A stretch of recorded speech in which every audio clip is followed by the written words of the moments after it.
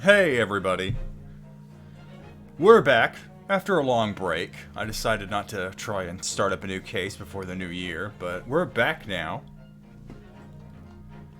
And I look like I got a lot of people to thank. Thank you, EPAM, for continuing your 61-month subbage. Thank you so much. At last, I'm caught up on the VODs and can watch live again. Well, I'm happy to have you.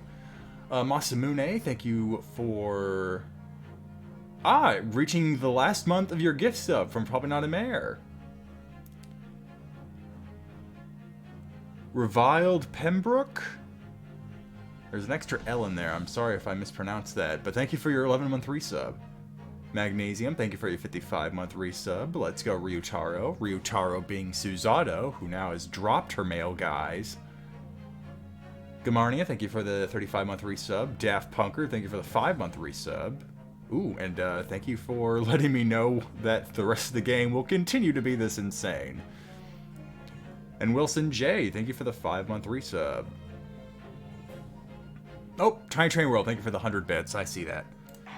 Alright, last we left off, we had just finished the first episode of the second game here, and now we are moving on to episode 2, the Memoirs of the Clouded Kukoro.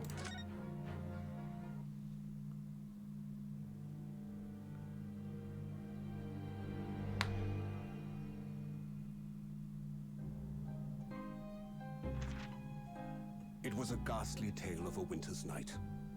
One of an invisible killer and a crime perpetrated on the pavement along Briar Road.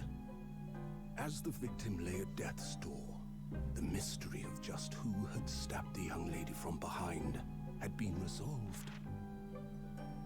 But no sooner had my friend saved that Eastern Exchange student from his harrowing plight, then in the dim, flickering shadows of gaslight did a second bizarre crime rend the stillness of that very night. I dare say most can still recall the sensational headlines of the day. Haunted apartment of death, the condemned criminal's curse, the dread demon of coal gas. Yet, though the great detective had at once discerned the truth upon his arrival at the scene, it only proved to be the overture that announced the rising of the curtain on a most tragic play. Oh, that's right. The last episode ended with us going, oh yeah, remember that thing about Soseki that we didn't talk about at all last game? Well, here we go now. And this is where we get to meet probably those colorful characters that just happened to show up at the end of that episode. Let me fiddle with the volume a bit more so I'm balanced out here. Alright. My name is Rynuosuke Naruhodo. Hey, our boy's back. I'm a fledgling lawyer, just starting out on my journey. 6 months ago, I arrived as a visiting student of law, having made the long voyage across the sea from the Empire of Japan to here, London, England. And on the way, in quite extraordinary circumstances, I made the acquaintance of a world-famous detective. Currently, I reside in the attic of the detective's own lodgings, from where I run my legal consultancy of sorts. I've successfully defended a number of clients in Britain's highest court, the Old Bailey. But since a particularly grueling and unforgettable legal battle 4 months ago now, I haven't returned to the courtroom. In truth, I lost my right to return. Oh, okay. That's surprising. Anonymous Cheer, thank you for the 200 bits. But that epic trial was just one small part of an epic tale. Okay, you used epic twice there. A tale which was now about to awaken from slumber. Thanks to a letter that arrived this morning from my homeland.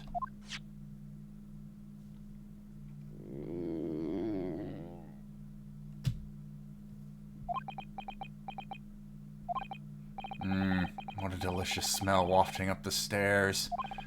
It must be nearly time for breakfast. I better go down to Mr. Shulm's suite and say good morning to the great detective and his flatmate.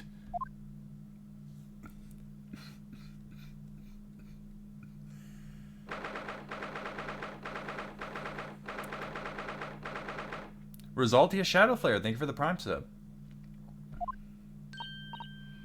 Ah, Runo, good!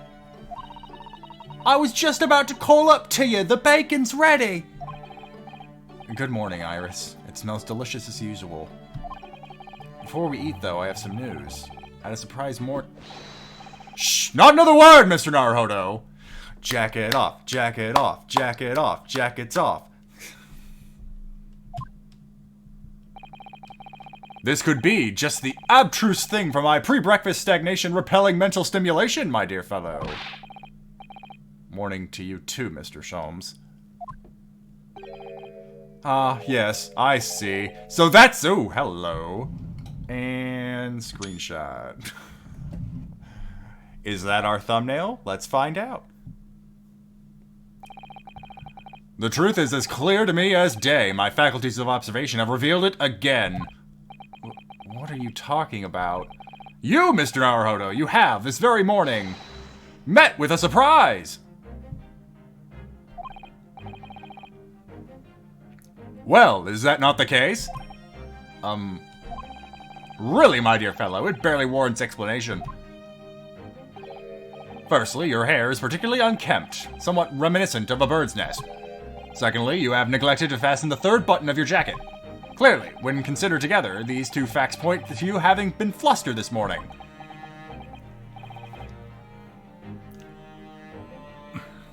Can I talk now? But of course, though I don't look for admiration, you understand. My hair always looks like this. It's been the way since I first met you. Oh, it has? And the button was ripped off last night, if you remember. By you. Early purge your button off!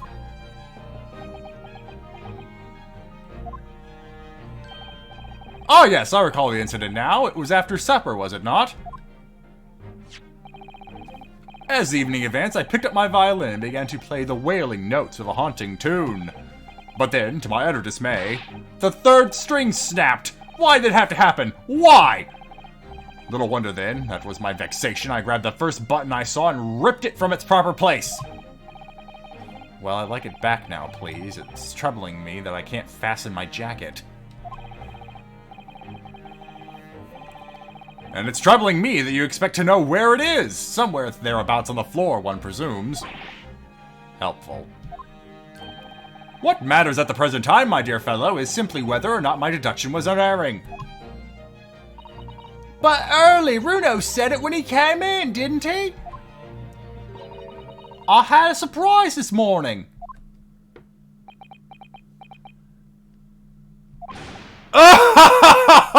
Oh, well, that really is a surprise.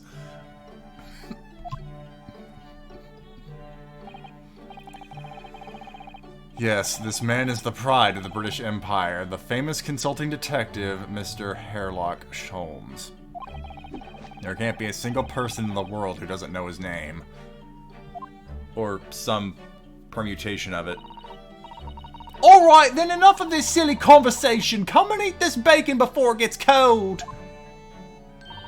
And I have a new herbal tea for you to try too. It's my special blend. And here we have Iris Wilson, Mr. Sholmes' lodger and companion. A truly exceptional young girl who's the author of a highly successful serialization here in London. Yes, The Adventures of Sherlock Holmes is published in Rants magazine. So, Mr. Naruhodo, won't you put us out of our misery? What surprised you this fine morning? Well, I received a letter from Japan. Oh, from Susie, you mean? Was it really? That's right. She had some rather startling news, in fact. Ah, intriguing indeed. You must tell us all about it over breakfast. Oh yes, what fun! I'm just gonna go ahead and leave. I'm gonna go back to my room. Oh shit, you let me do that?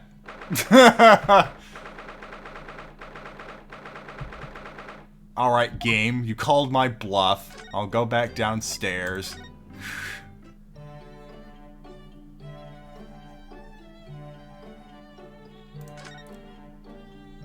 anything of note around here that I actually feel like talking about. It looks kind of the same from the last game. Whew.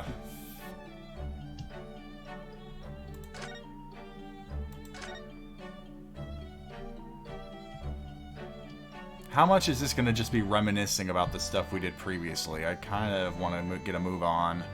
I'll do the violin at the very least.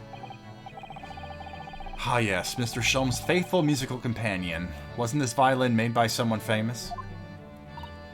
Yes, it's a Stradivarius! Though I'm afraid you have to save up for 100 years before you could afford one, Ryno. But didn't you buy it for a song, Mr. Sholmes? I found it at a pawnbroker among the forfeited articles. It clearly said Stradivarius on the label. What? The ignorant broker had no idea of its true value, you see, so I paid a mere 55 shillings for it. Yes, I have something of a turn for shopping. Herlock Sholmes, bargain hunter! Tomokoi, thank you for the 13-month resub. But, is it really a Stradivarius then? But of course, my dear fellow, it said so on the label! I think perhaps the ignorant broker had something of a turn for selling.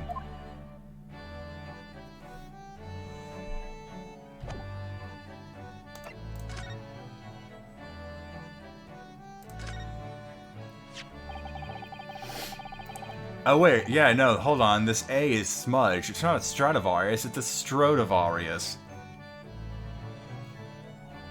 This is the letter that arrived from Japan this morning by international post. Oh, how lovely! Look at Susie's beautiful writing! I wish I could read it! And how is your judicial assistant faring, may I ask?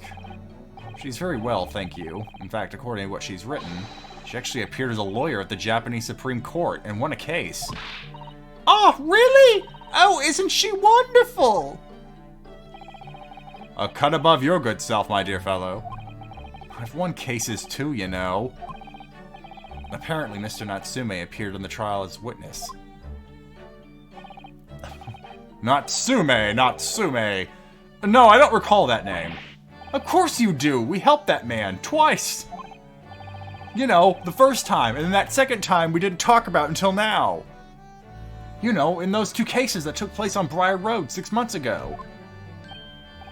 Ah, the mustached, twitchy man with the somewhat feline eyes and the mustache? He didn't have two mustaches early.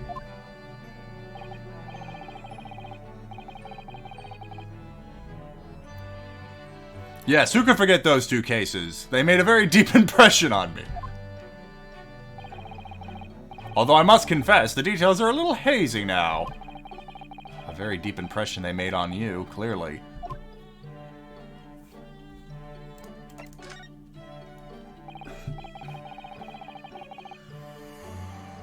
So what was this startling news penned by Miss Usato? Do you remember the case of the haunted lodgings, Mr. Sholmes? Ah, yes, it's very interesting, you know. I don't feel entirely uncertain that a case of that nature did not occur. He's totally forgotten then. Anyway, in her letter, Miss Usato asked that we read over her case notes again and investigate further. Though it took place half a year ago? Oh, though it took place half a year ago? For what purpose? Because of something that Mr. Natsume said to her, apparently. He suggested that the real reason why she was called back to Japan so suddenly might have something to do with that case of the haunted lodgings. Oh? On Mr. Natsume's return to Japan, Miss Usato's father questioned him about the case, she says. And something Mr. Natsume said appeared to trouble Professor Mikotoba, prompting him to send that telegram.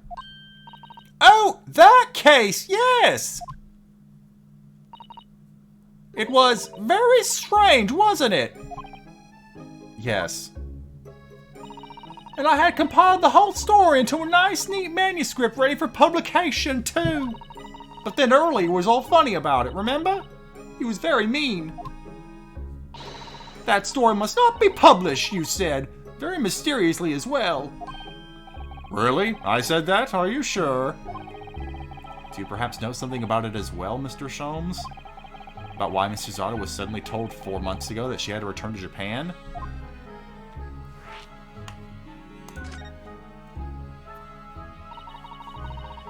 It's been 4 months now since we waved Susie off at Dover.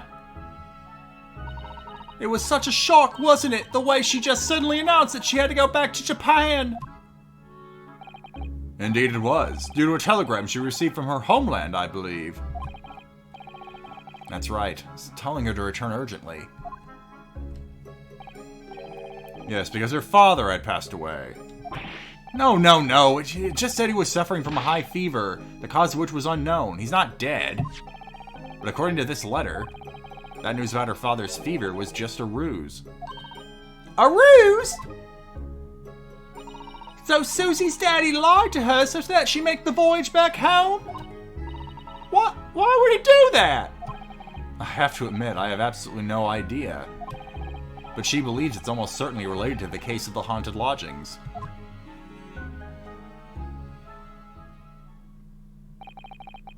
Summoning her back to Japan was so suddenly like that. I wonder what Miss Susato's father is hiding. Early, do you know what that's all about? Jacket on. Oh, well, who can say? What? But you said... Please, I have engagements, my dear fellow. My calendar is quite surprisingly full today. And a stringent analysis of the matter would be excessive, I feel, even if I were quite at leisure. So, man the fort in my absence, won't you, Iris? I will, Hurley, don't worry, I'll see you later.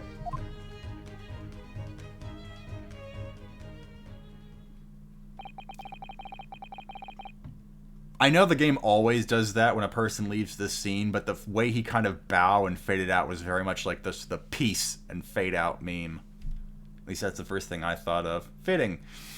He scuttled off rather quickly there.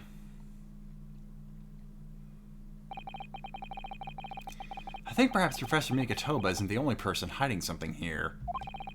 Soseki-san was involved in 2 cases, but only one of them was forbidden from being published. By, of all people, Mr. Sholmes. Aha! I found them at last! Iris, are they... The notes about the case, that's right! Susie and I compiled them together. The case of the haunted lodgings. Do you want to read them, Runo? Absolutely. Thank you, Iris. Ooh, we got the theme going.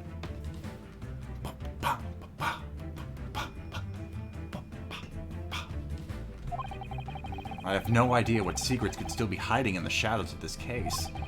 But perhaps if I read over the notes again, something might come to light. That's the spirit! Yeah, Sholmes died on the way back to his home planet. Which, instead of London, England, was England, London. And so, Iris and I decided to read over the case notes again together. Everything from what happened, to our investigation, and that fierce battle in court that followed. So this whole episode's a flashback? That's kind of boring. Reliving every detail. I just need to find a clue. I have all the time in the world. Because, of course, I'm no longer allowed to practice law in the courts of Great Britain.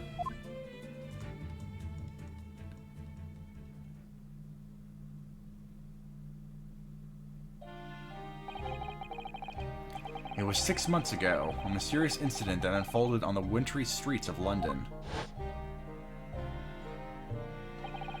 A young woman was found lying on the snowy pavement of Briar Road with a knife in her back. And she was fat! Fortunately, her life was spared because she was fat! But she was unconscious for several days following the incident. Because if she had been conscious, she could have told everyone, I bent over to pick up a book, and that's all I got. The fog was thick, and nobody saw her attack her, but by a cruel twist of fate, a visiting Japanese student was walking behind her at the time, and was duly arrested.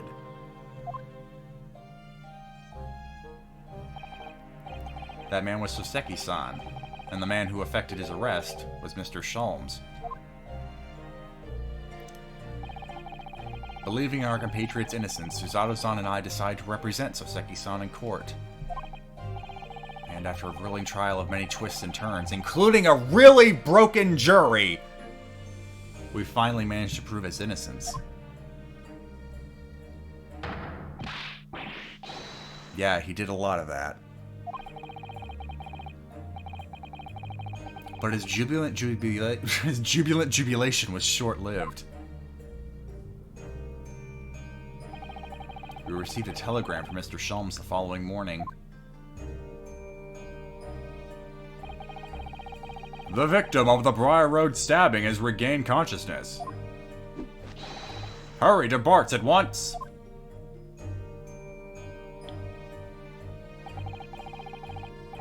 So Susato-san and I summoned Handsome and headed immediately to the hospital.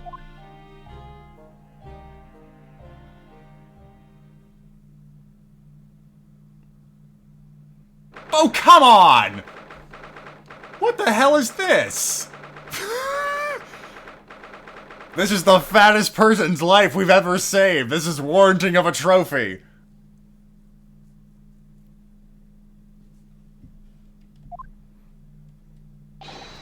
There you are, at last!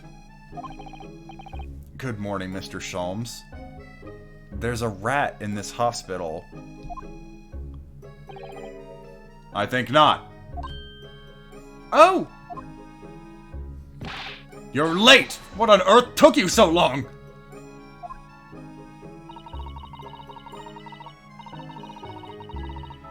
Oh, so it's pronounced Hand-Sam.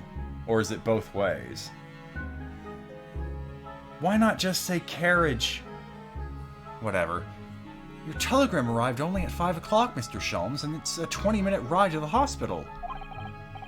That's right, and it's 5:30 now. I think we made very good time. The time is utterly irrelevant. The fact is, I've been waiting for what has felt like an eternity.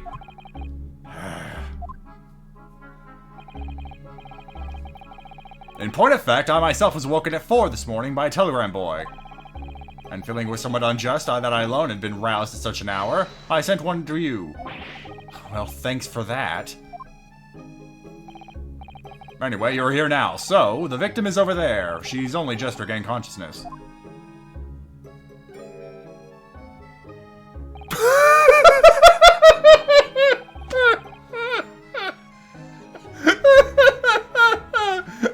I'm sorry.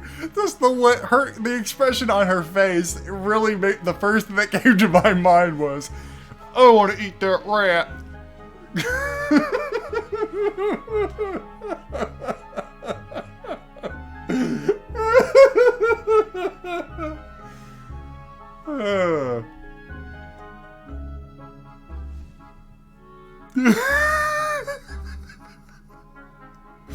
Wow, that is such a weird way to crack myself up. Tony, thank you for the 34-month resub. You should introduce yourselves, and I shall observe from here.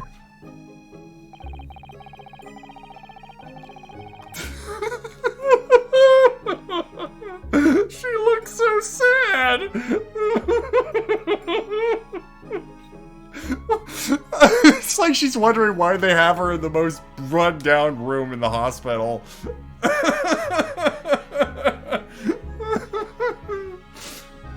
The typical uninsured patient.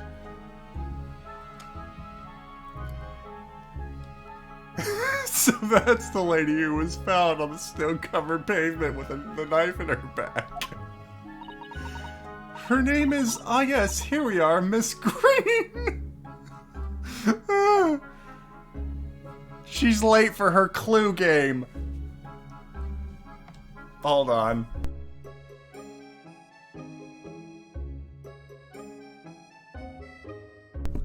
I almost laughed myself into a fit of coughing. Alright, okay, what the hell is this? This rounded wooden figure isn't the most charming, is it? I don't think that's a decoration, Mr. Naruhodo. It's an artist's mannequin, I believe, used when practicing sketching the human form in different poses. Really? It's not exactly what you call a typical figure for that purpose, though, is it?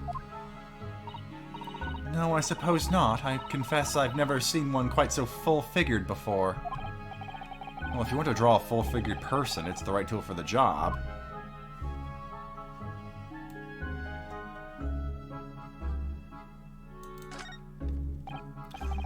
Oh, this looks like the patient's treatment notes. Let's see. Do not... The game's doing it! The game is doing it! That's not even me!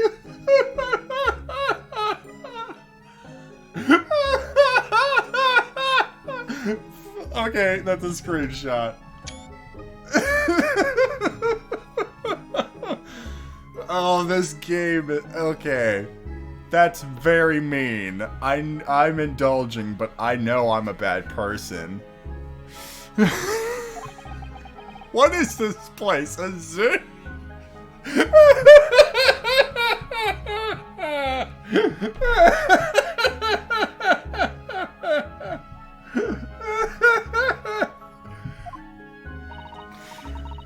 You know, I seem to remember seeing an almost identical sign at in our local park. For the pigeons, yes, this is a person. Poor woman, I hope she hasn't read this. Oh, God. Oh. Well, glad to see we're all on the same page about just being awful to this woman. Okay. A mouse, Mr. Naruhodo, an enormous mouse! Vermin in a hospital? That doesn't seem the best. But it looks like a very healthy specimen, doesn't it? It's very plump. I'm not sure we can say that's down to the excellence of this facility, if that's what you're thinking.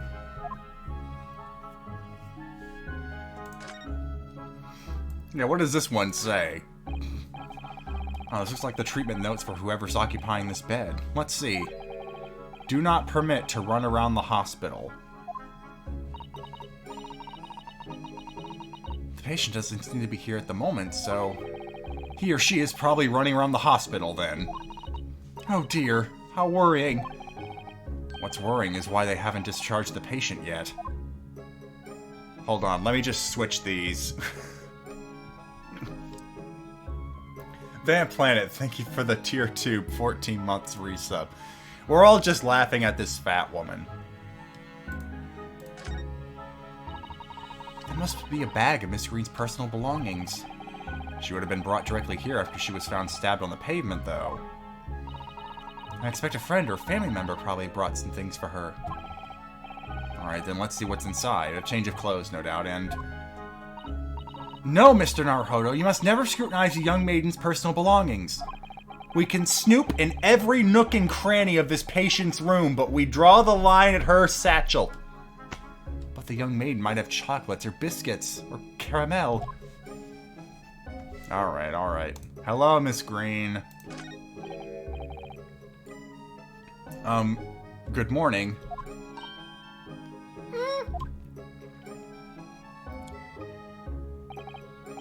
Hello, I'm Rynuosuke Naruhodo from the Empire of Japan. Oh no, it was your life that... Are you the man who... No, I'm a lawyer. I'm the person who helped the man who stabbed you. I mean, no. And I'm Suzawa Mikatoba. Pleased to meet you. Oh no, was it your life then? Are you the one? No, I assure you, I'm Mr. Naruhodo's judicial assistant. We heard that you regained consciousness and wanted to give you our best wishes. Best wishes? For me? Thank you. I have to do squeaky because I can't exactly, like, plumb my lips out and make it sound like she's really fat and sad. I'm Olive Green. I'm an artist. Well, no, that's not right, is it? What I mean is I'm trying to be an artist. Well, what I really mean is I desperately want to be an artist. But the truth is, I don't have any talent. I know I don't. I just keep eating my paintings! It's no wonder I was stabbed in the back. I don't think that's related, actually. Gosh, this young woman seems to bend over backwards to put herself down. I don't think she can. Seeing as we're here, we should ask her about what happened from her perspective, I suppose.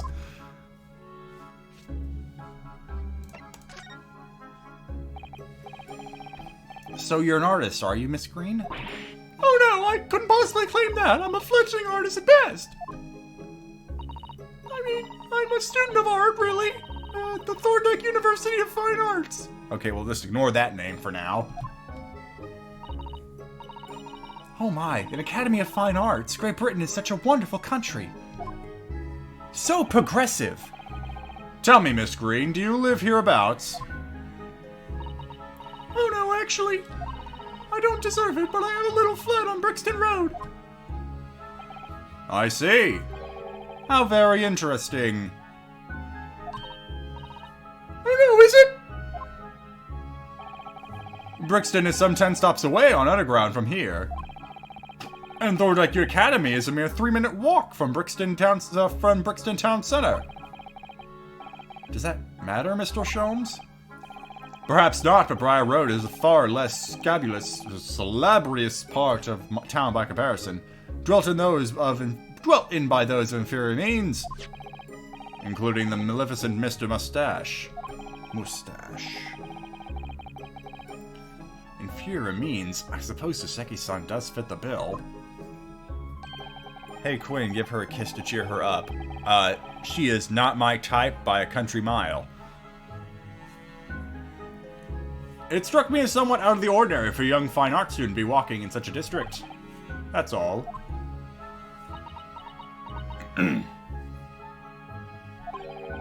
What's this? She suddenly clammed up. Mr. Sholmes, you should be ashamed of yourself, prying into a young maiden's private affairs. Oh dear me, do forgive me. If you don't mind. I'm being discharged shortly, so I need to pack up my things. Oh yes, of course, we won't keep you. Thank you so much, Miss Green.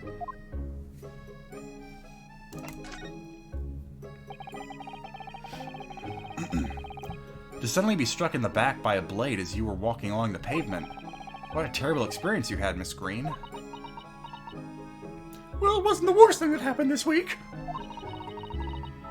It was so cold that day and the fog was so thick, I couldn't see a thing. That was 4 days ago now, I think. Is that right? Yes, that's right. I'm afraid you've been comatose all that time. But the case has been solved, hasn't it? Well, I've been here in the hospital, I mean. Indeed it has, my dear madam. Spectacularly, by none other than I, Herlock Sholmes. Mr. Sholmes, as you well know, it was Mr. Naruhodo's hard work in court that solved that case.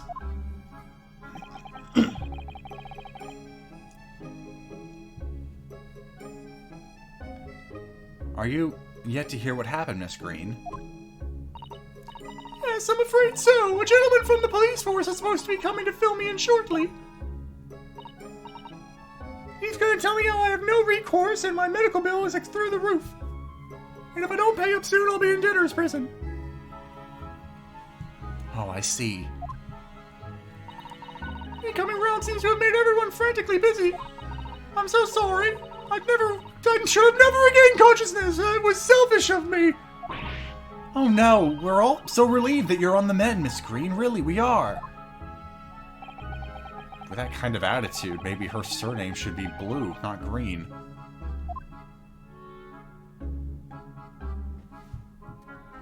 Okay, well, I guess we're done here.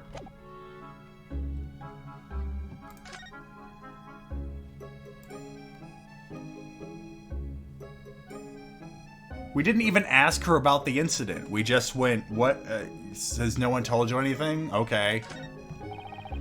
There are lots of bottles in that cabinet, aren't there? Do you think it's safe to keep them like that? If you were a patient here, I feel sure you take some medicine by mistake when you were half asleep. That is a worry, but at least the cabinet has a lock, even if it's only a flimsy-looking one. Oh, I have no doubt you'd managed to unlock that somehow while you were half asleep as well. There are limits even to what I can do when I'm half asleep, you know, Miss Susato.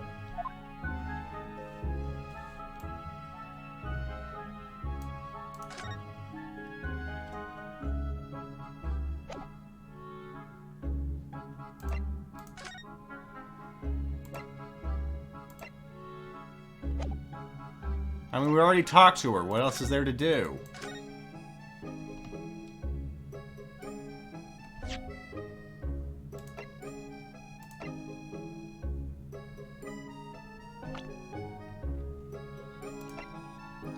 Not a very flattering picture.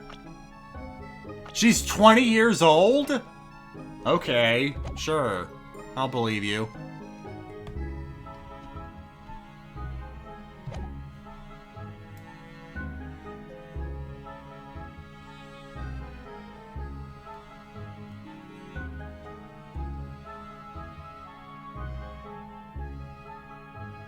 And it's another cabinet. What else is there to say? Yeah. Uh-huh.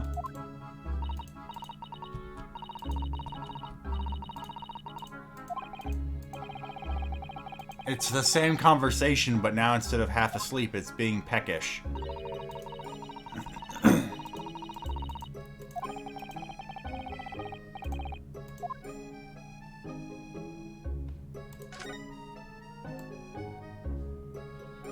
Who was painting in here? Oh, there's a picture. I guess we can look at that. Look, there's a photograph in this frame here. I have no idea who this is. Oh yes, it's a picture of a young gentleman. He looks to be about the same age as Miss Green, I would say. Perhaps the young woman's special someone, do you think? My, Mr. Naruhodo, I didn't know you had a sense for matters of the heart. Not in the least. I sincerely said the first thing I thought of.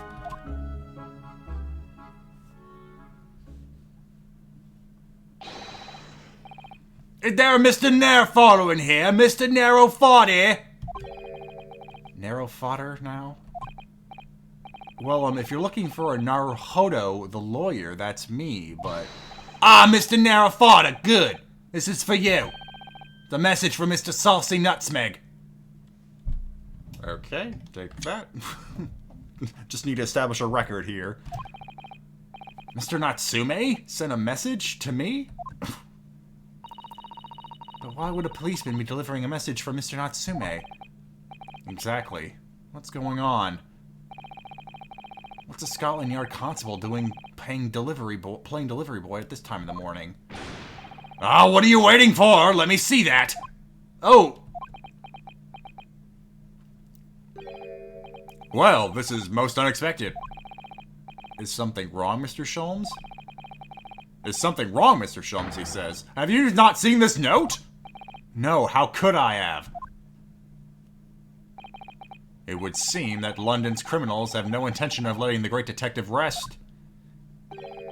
A new case calls. A case of murder, no less. We must depart at once. Murder? Call a cab. Time is of the essence. But the trouble is, we've yet to read Mr. Natsume's note. I was thinking we ought to pay him a visit in his lodgings once we did. That will be entirely convenient. Convenient? What do you mean? It's all here in the note, my dear fellows. The murder we must investigate took place at Mr. Mustache's lodgings. Wait, what? Oh, come on. We've got like 3 different words for cab now. I'll hail a fiker at once. Talk about word redundancy. It was only yesterday that Soseki-san was in court and we were dispelling doubts about his innocence. And now, the very next day, there's a murder at the man's own address? He may very well be the unluckiest man alive. Or so it seemed to us at the time, but we were soon to discover it was worse than what we thought. Don't flash it to be continued. You're 40 minutes in.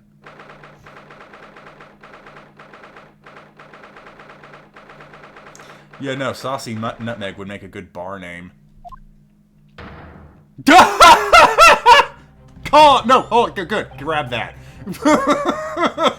I wish I had the speed to capture it when it was still pulled in, but that was good.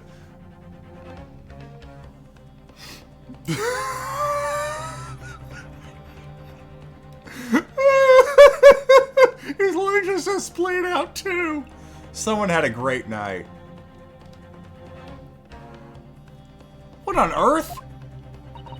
Oh my, the gentleman is deceased without question. He's dead. Locum student Mr. Naruhodo Esquire. Mr. Natsume. Oh, why? Why is this happening?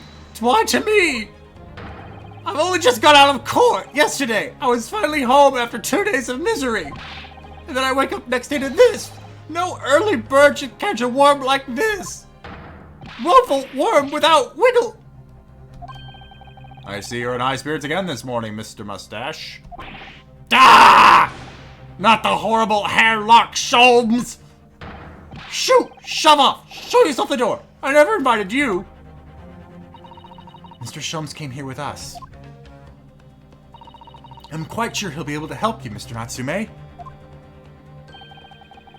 I'm entirely at your disposal, Mr. Mustache. What can I do for you? Hi. Here they are, already. The busybodies. I am not a fan of having to tuck my chin into my neck again. Ah, Inspector Gregson, what a pleasant surprise. Pleasant, is it? Gives me heartburn every time I see your face at a crime scene, Soames.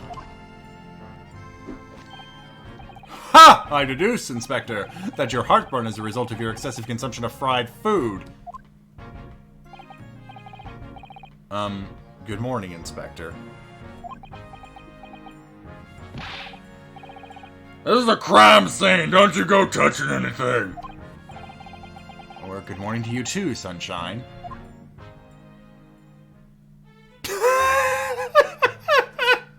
Why are you looking at his butt, Natsume? Hold on, I think I can do something here. Move that out of the way. Right? Yeah, right there. There we go.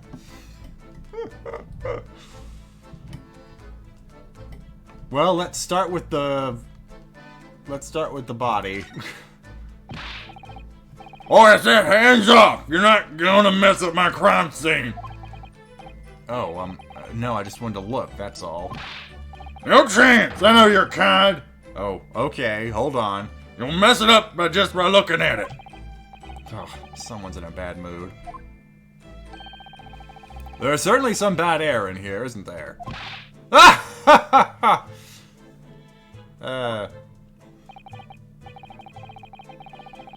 Alright, sounds like I better talk to the inspector first and try to curry some favor. No, I'm gonna talk to Natsume first. What a terrible thing to have happened. It's only been 3 days since I was arrested for the incident on the pavement outside.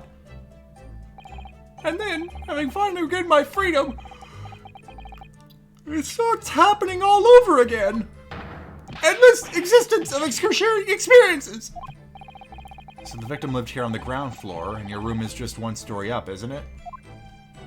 Yes, that's right. In a way, we were neighbors, I suppose. So did you know the victim? Were you friends?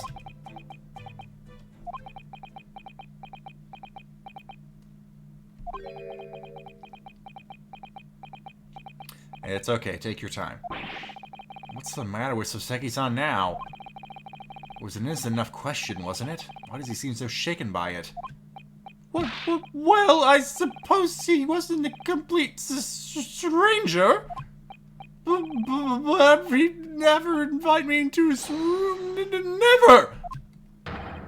On my honor, I swear it! What an extreme reaction. You're probably wishing you'd never asked now, aren't you, Mr. Naruhodo? When we found him here, I felt wretched, which is why I sent word asking for you to come. Through that inspector over there! Okay, now we'll talk to you.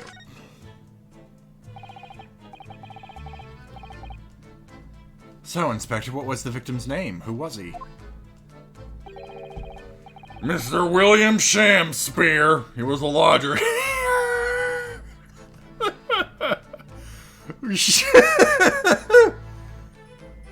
That is such a bad pun, but goddamn, it didn't get me.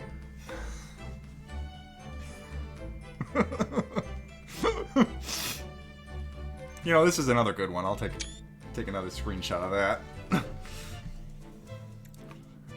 He was a lodger here. As you can probably tell, he was an actor, a bit of a dead loss as it happens, or just dead. Mr. Shamspear. It was the landlord, old Mr. Garadeb, and the other lodger, Mr. Natsume, who found him. The fellow didn't rise at his usual hour, so Garadeb got worried and kicked the door down. But doesn't Mr. Garadeb have a bad leg? Man, yeah, you're right there. It was that jittery Japanese hunchback over there who actually did the kicking. Really? Soseki-san? In those sandals? I'm just realizing he's wearing sandals in the dead of winter? What the fuck? Your toes are purple. Either that or you have really good circulation. The victim was pretty hard up, it seems. Even done some time inside for petty crimes. He had no money, no place to go, and no friends. His only acquaintance were the people in this house. Miserable life and a miserable end to it. So what exactly is Mr. Natsume still doing here? He's not involved in the investigation, so shouldn't you have sent him away from the crime scene? Well, I'm not saying it's because the fellow looks on or anything, or that he acts suspicious, but he's Nipponese. They always got something fishy. Oh wait, you are too! Sorry. I thought it would be prudent to take a statement from the prohabiter. You nearly said culprit there, didn't you? Oh dear, Mr. Natsume appears to be under suspicion again. It certainly seems that way. He does just come across as such an odd fellow, doesn't he? Poor man, how unfortunate. Anyway, I can't say much until the coroner gets here.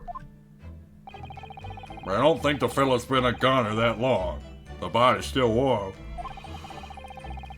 Even if the inspector would allow it, I don't think I could bring myself to touch a dead body.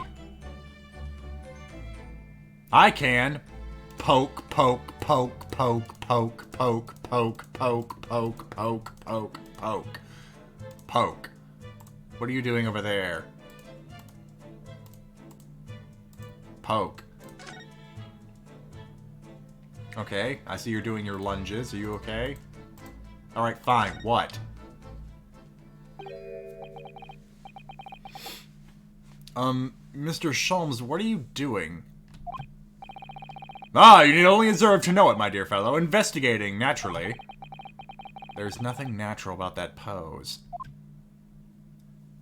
And we aren't in JoJo's. Mr. Sholmes, have you made some miraculous discovery?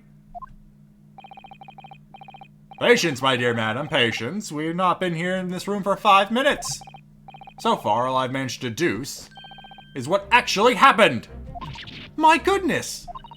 But isn't that everything we need to know, Mr. Sholmes? Now you propose the idea, I believe one could indeed see it that way.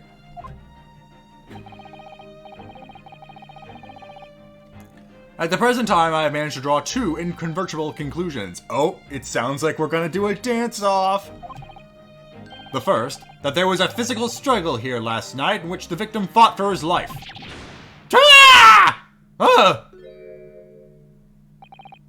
Mr. Natsume, what's wrong? Is there something that Mr. Sholmes said significant somehow?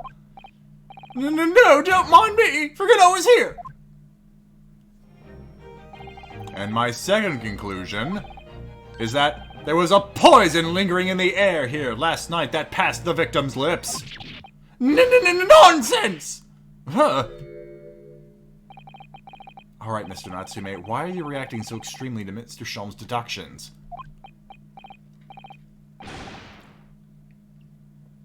No, please, pretend I'm not here! invisible, ineffable, inscrutable, insignificant. Impossible to ignore. You must tell us everything, Mr. Sholmes. Spare no detail. But of course. Let the theatrical tragedy before us be unraveled by my great deductions, presented for your pleasure in 2 acts. We've heard some truly astonishing great deductions from Mr. Sholmes in the past. No doubt this one will be no doubt this will be no exception. What miracles will unfold before our eyes this time? So, my dear fellows, for your delight and wonder, let the curtain rise for Sherlock Sholmes' Logic and Reasoning Spectacular, Act 1! The Great Deduction! The game is afoot. Topic 1. Cause of death.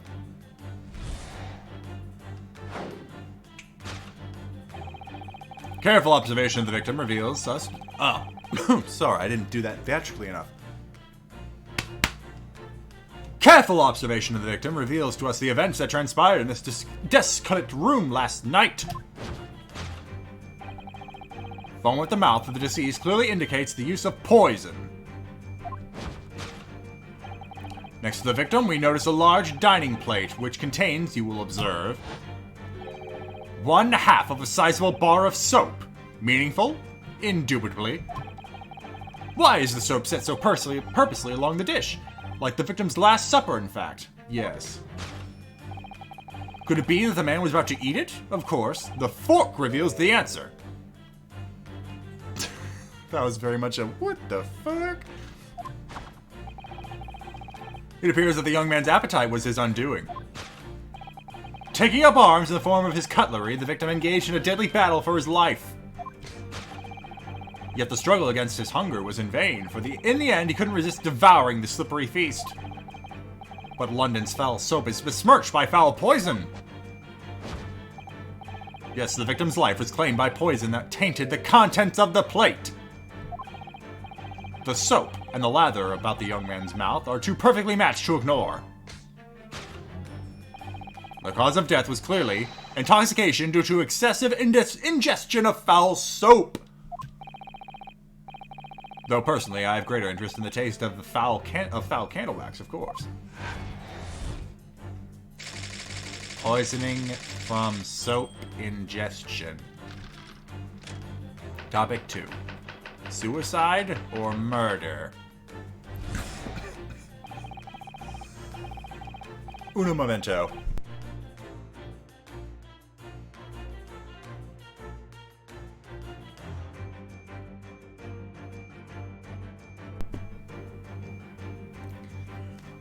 Whew, another coughing fit hit me.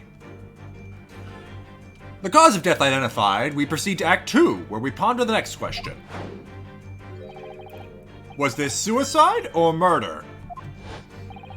The audience will recall that the death occurred during the victim's Last Supper.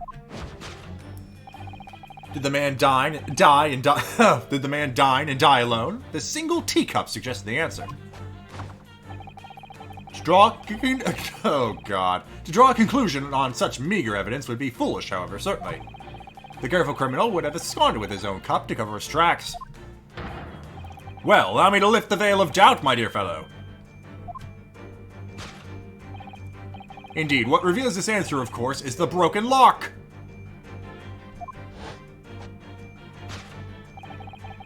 Though forced open now, at the time of the incident, this door was locked.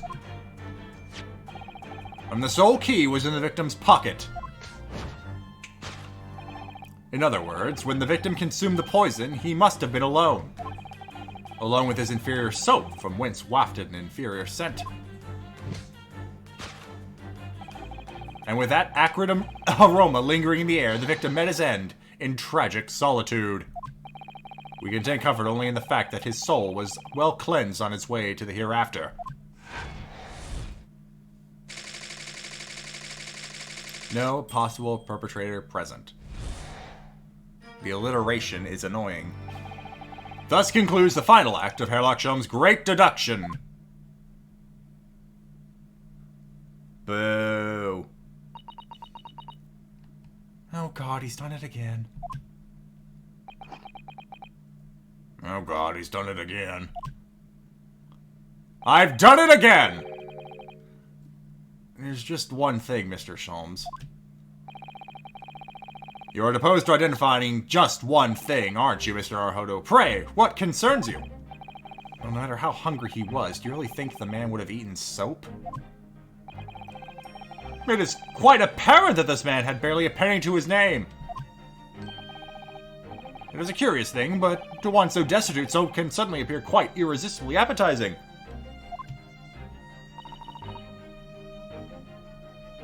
How extraordinary. In truth, I have tried a little soap myself in the past.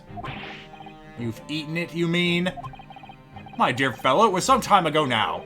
My postulation was that it would cleanse my gut. And did it? As I writhed in agony on the floor and spit the contents up of my stomach, yes, I believe I did. It did. The experience taught me a valuable lesson. Soap is quite poisonous. It has an unpleasant taste and leads to great discomfort. In summary, I cannot recommend it. Believe me, I wouldn't eat it even if you did.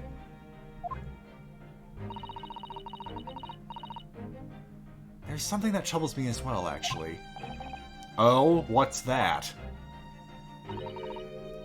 It's Mr. Natsume. Ah! I couldn't help noticing him shuddering and quivering out of the corner of my eye. Almost as if Mr. Sholmes' deductions touched a nerve somehow.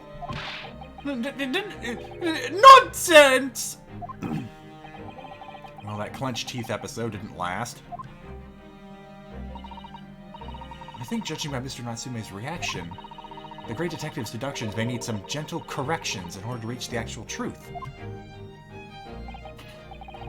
Yes, Mr. Sholmes' observations and deductions are sometimes a little too sharp. He has a tendency to hit the nail on the side of the head and drive it into an obtuse angle. When he does that, it falls to us to straighten things out. But we'll never straighten Sholmes out. He's incorrigible. Sitcom music plays. Alright then, let's see what we can do. Yes, we must pick out the key words in Mr. Sholmes' quite brilliant deductions, and discreetly exchange them for something that makes a little more sense. If we can do that, I'm sure we'll arrive at what Mr. Sholmes meant to say in the first place. In that case, are you ready for the second performance of the day? Once again, my dear fellows, for your continued delight and wonder, let the curtain rise on Herlock Sholmes' Logic and Reasoning Spectacular Act 1. Again. Course correction. Hold it, Mr. Sholmes. Alright. Now take some deep breaths as we get to the point.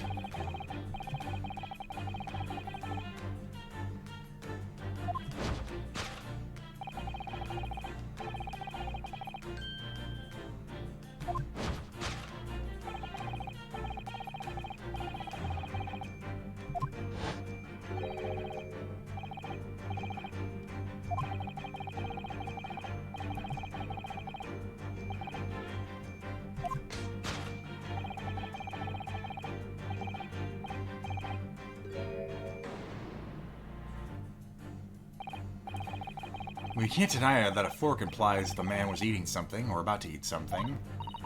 Yes, that's true. If I were to decide to eat some soap, I should prefer to use a fork rather than attempt it with chopsticks. And of course, only half of the bar of soap is left on the plate. But might there not be some other explanation? Something material that proves whether or not the man really ate some soap.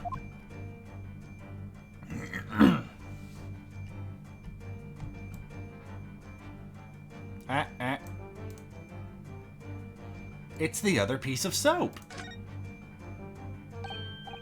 Look, there's more soap on the floor here. Mr. Shamsphere must really have loved the stuff. Let's not jump to the conclusion, Mr. Naruhodo. Look closely at this soap. Do you see that it would fit together perfectly with the other half, the half bar on the table? What the? How can that be? I think that they are two halves of the same bar that broke apart.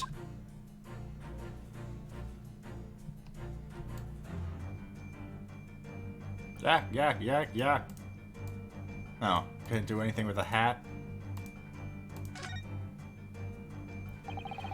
you think he was drinking tea with his soap? The cup's empty, so there's no way of knowing. Ah, how about this for an idea? Perhaps the cup was full of water, and he was dissolving soap into it so he could gulp down as much as possible. Please remember that he may not have actually have been the soap lover that he's been made out to be.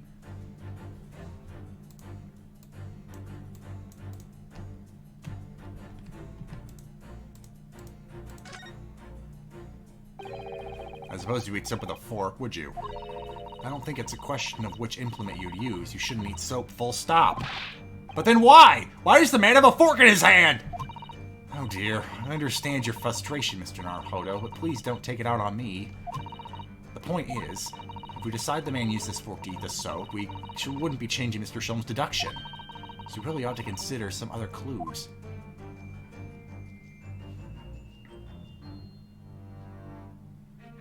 Well, so ultimately this would reveal that he wasn't about to eat the soap.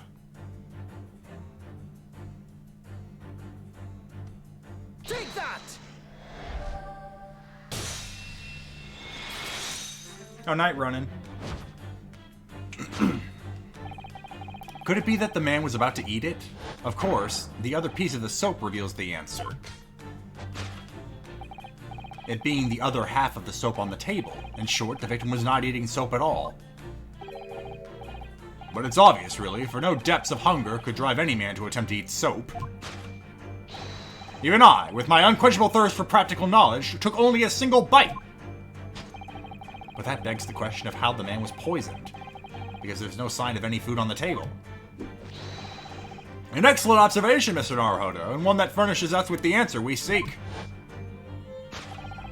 For London's foul soap is besmirched by foul poison. Yes, the victim's life was claimed by poison that tainted the contents of the plate. Bum-ba-dum-bum.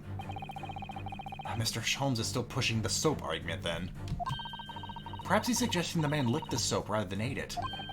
If soap in London is that poisonous, I don't think I'd want to be washing my hands with it. There are no signs of any food in this room at all. Of course, food isn't the only thing that passes people's lips, is it? Yeah, so do we even have to... Do. Take that!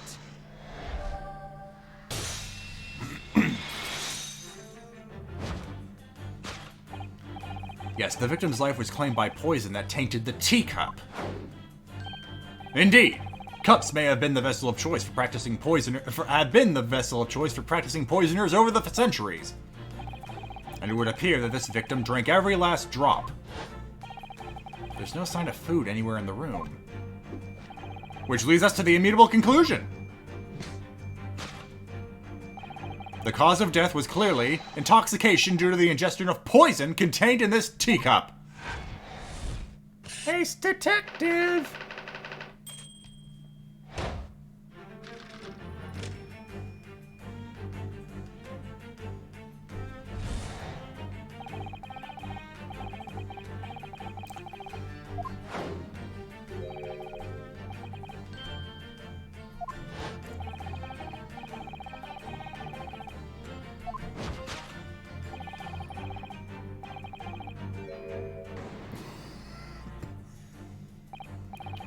The Western vessel for infused hot drinks again. It's clearly featured heavily in our deduction so far.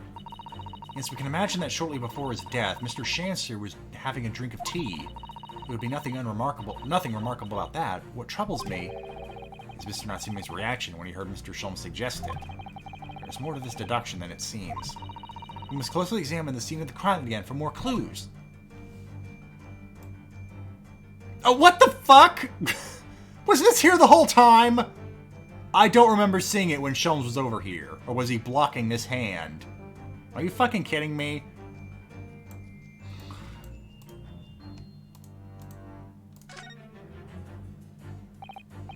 It's another Western vessel for infused... It's a teacup! And it too is empty. Given that he's actually holding this one in his hand, we can assume that this is the cup from which Mr. Shamspirit was actually drinking. But if that's the case, this changes everything. Everything we've deduced up till now is turned on its head. I have a bad feeling about this. I almost don't want to say it. Yes, I know exactly how you feel. Take that!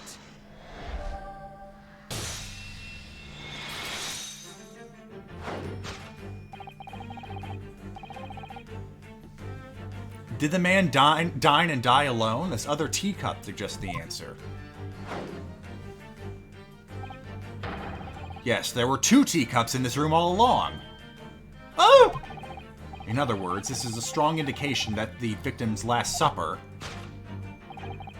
there was a guest present, and this is clearly the Western guy who was in the omnibus case. I can tell by the chin. Either that or Garadev, who's actually wearing a hat. At the very least, we can say now with certainty that somebody else was here in the room last night, taking tea with the victim. Yeah, it could have been double fisting the tea. What are you talking about? Utterly, unbelievably, unjustly, unreasonable! To draw a conclusion on such meager evidence would be foolish, however, certainly. In which case, what more can we deduce about this possible guest at the table? Well, allow me to lift the veil of doubt, my dear fellow. Do you mean to say you know exactly who was in this room at the time of the victim's death? Indeed. What reveals the answer, of course, is the broken look.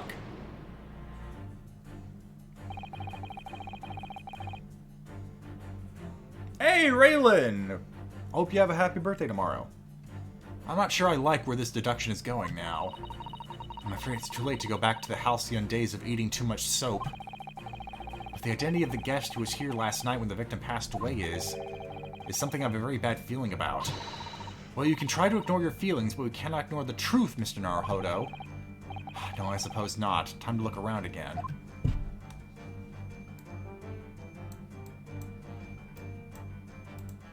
I was hoping I could do something with the glasses. At first glance, it seems that the only things in this room are the makeshift stage and the costumes. I overlooked these 3 books initially. I wonder what they are. Let's see, the titles read The Picture of Monsieur Lecoq, Canterbury Yearnings, and A Meal for Gabreau. Wait, I'm sure I've heard those titles before. It could just be an incredible coincidence, but they're the exact same 3 books that Mr. Natsume purchased the other day. What? Yes, on the day of the unfortunate incident when Miss Green was stabbed. Soseki-san had just been to a bookshop and bought them, that's right. And now those 3 titles are here in the room of the victim. Yet Mr. Natsume claims to have never been in here before. What does this mean, do you think? I really don't know what to make of it. And let's look at the bottle anyway. It's empty. Empty of liquid, but full of air. That makes you think, doesn't it? It makes me think that you're full of hot air. You should think about who else was in the room at the time. Oh, there's Susato-san's quip in response was cleverer than my original riddle. Take that!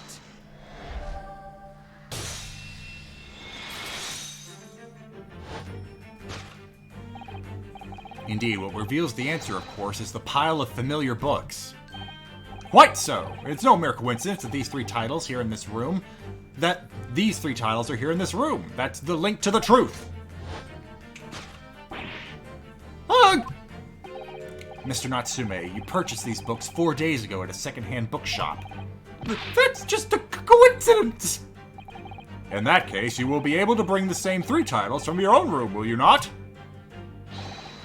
This very moment!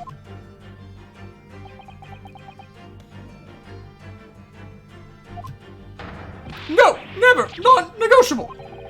If you can't bring your own copies here, it proves that these 3 books are in fact yours.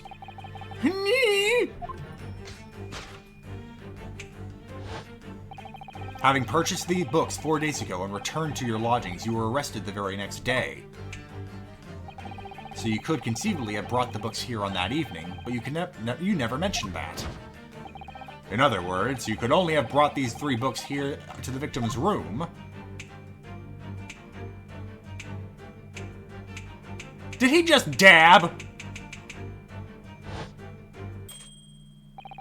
Last night, having returned to your lodgings after the trial concluded at the Old Bailey. God damn. That's some fun transition work.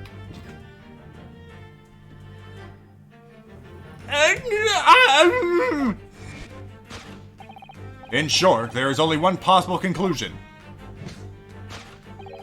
The victim died here in this room last night as a result of poisoning. And that same night, the victim had a visitor. And that visitor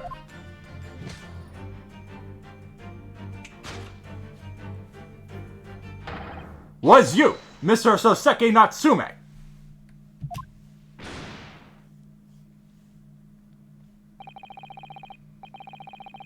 Thus concludes the final act of Sherlock Sholmes' great deduction.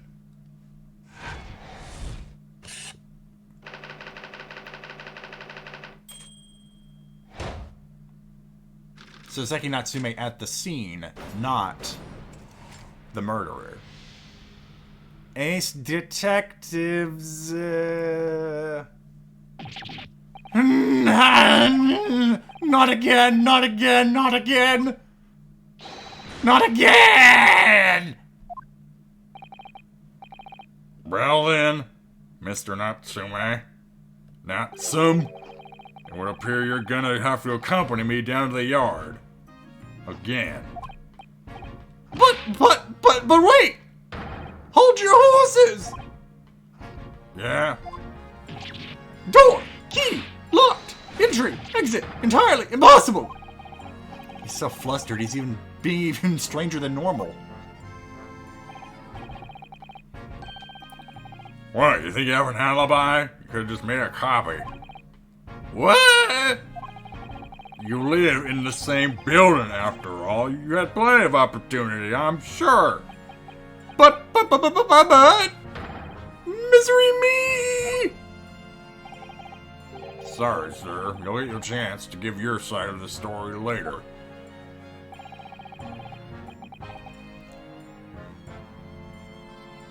The facts speak for themselves, Mr. Mustache.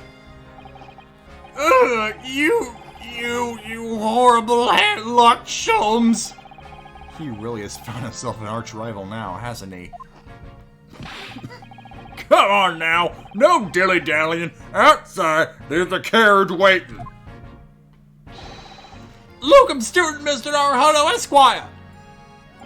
I never imagined I'd be in this position again, but... You have to help me, please, please! I'm innocent! Alright, I understand. We'll come to your cell later and talk about it. And one more thing! Oh, yes? My poor little kitty cat! Please give him a breakfast for me! He'll just eat my books otherwise! And so, his evil curse still apparently unbroken, Soseki-san found himself once again the prime suspect in a case of murder. Thanks to the incriminating deduction of the great detective. And me. My dear fellow, the honor belongs to you! Shit. He's right. Well, at least that means Inspector Gregson is no longer here.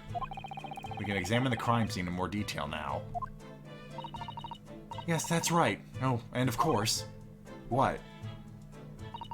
Have you forgotten what the inspector mentioned before? It was the landlord, Mr. Garadeb, who discovered Mr. Shamspear. Ah, Mr. John Garadeb, yes. I'm going to enjoy bringing back my mood impression. I expect we can find him in his sitting room on the top floor as usual. Right, must remember to go talk to him later then. Good thing we incriminated Natsume just to get Gregson out of the room. I am going to take a quick run to the restroom because I've got a nail clipping I got to do. But I'll be right back. In the meantime, enjoy the look of Shamspear's corpse. I'll move the cursor over here so we can see it all in its glory. Be right back!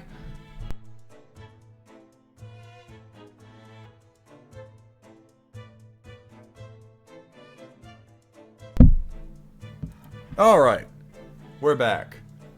Hope everyone enjoyed admiring this body. Because now we're going to poke at it. Oh, the poor man. So young to die.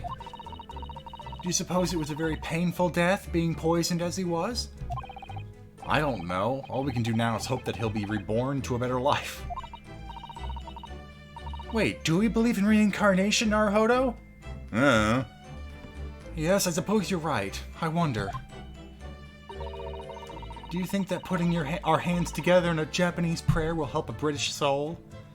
I mean, he is tainted by capitalism. And Victorian values. Sorry?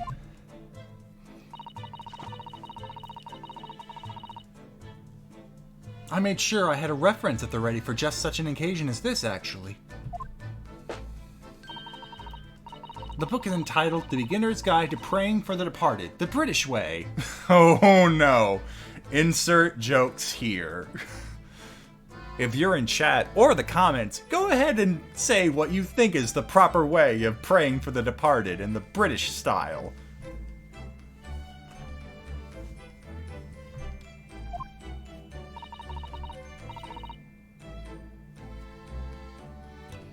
I'll just reread it now. One moment. Put in your responses now.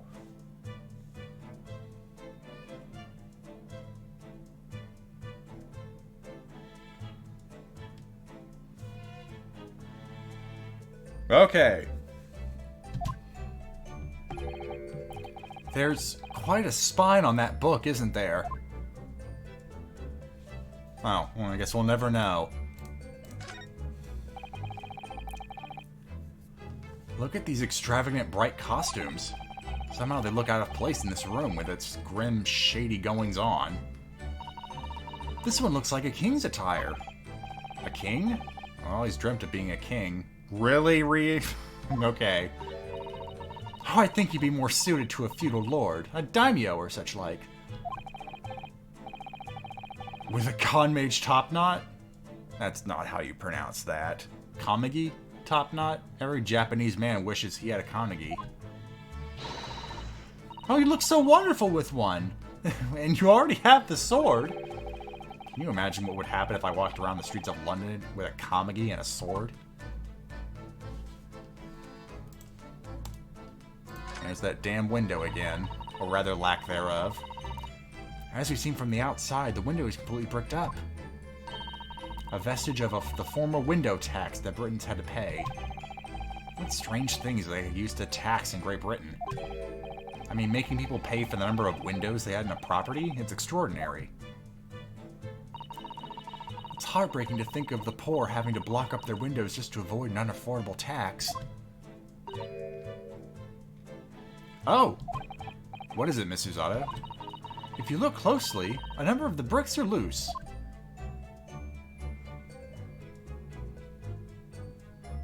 More soap! Oh yes, it looks as though an amateur has broken out a few of them just here. Was it Mr. Shamster who did it, I wonder? Being the lodger renting this room. Oh, look at this, Mr. Naruhodo. On the outside, there's a little ledge. And there's something on it. What, outside?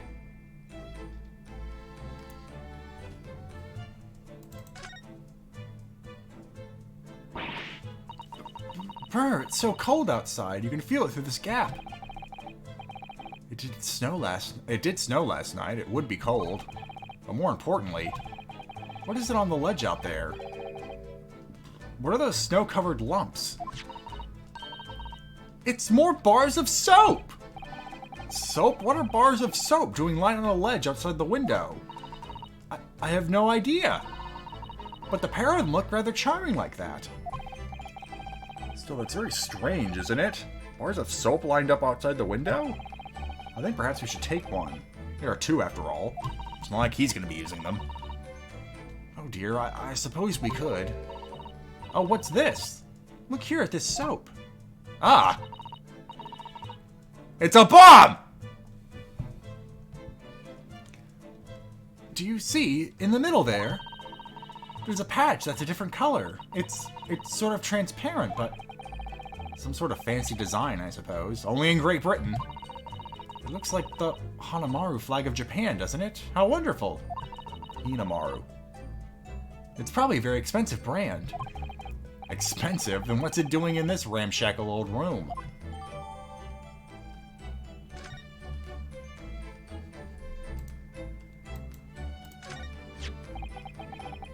And here we have another disproportionately large machine. This looks like a meter of some kind. Ah, this is a gas meter, I think. It seems that in this district, residents pay for gas as they use it with coins. I see. Yes, now that you've pointed it out, I can see that there's a slot just here, and it looks like it would take a coin. So you mean you would put a coin in here? That's right, that would buy you about 2 hours of gas for lights and heating. So if you were a poor person with no money, you'd have to sleep in the freezing cold? Yes, if you were a scatterbrain with no change because you forgot to exchange your money at the bank. Thank goodness there's no meter in our office.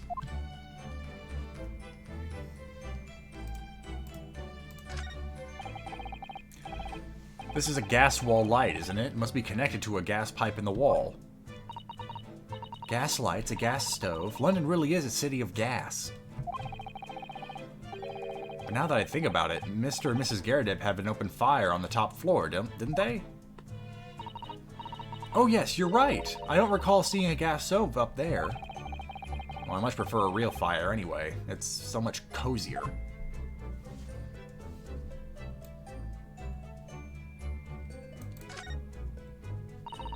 There's not much on these shelves, is there?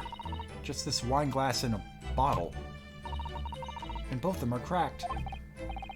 Yeah, not much use, are they?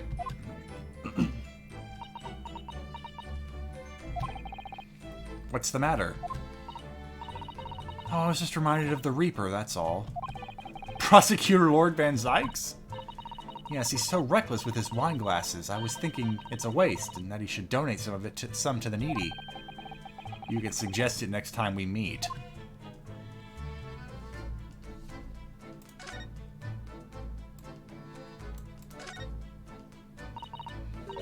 This is some sort of makeshift stage, I think, isn't it? Where does the audience sit, though, for the nightly Shakespeare performances? No, Shamspeare performances. Actors aspiring to the great stage must practice their art, Mr. Naruhodo, with or without an audience. In fact, on a related note, perhaps you should set up a mock bench for the defense in your office. What? Then you could practice your art every single day. Now think about it. If you promise to don a beard and play the role of the judge. Well, if that would help you achieve your goal. This I have to see. I want to see fan art of Susato in a beard, or dressed up as Santa. I feel like that would be incredibly amusing.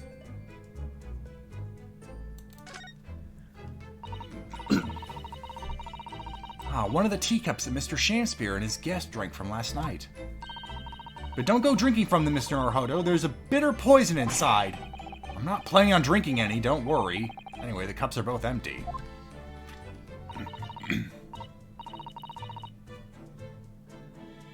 That's true. So one was Mr. Shamspeare's, and the other must be the cup that Mr. Natsume was drinking from. But Soseki-san wasn't poisoned, of course. Perhaps we should take these so we can examine them in more detail later. Just taking all this evidence from the crime scene. Scotland Yard's gonna have a gas.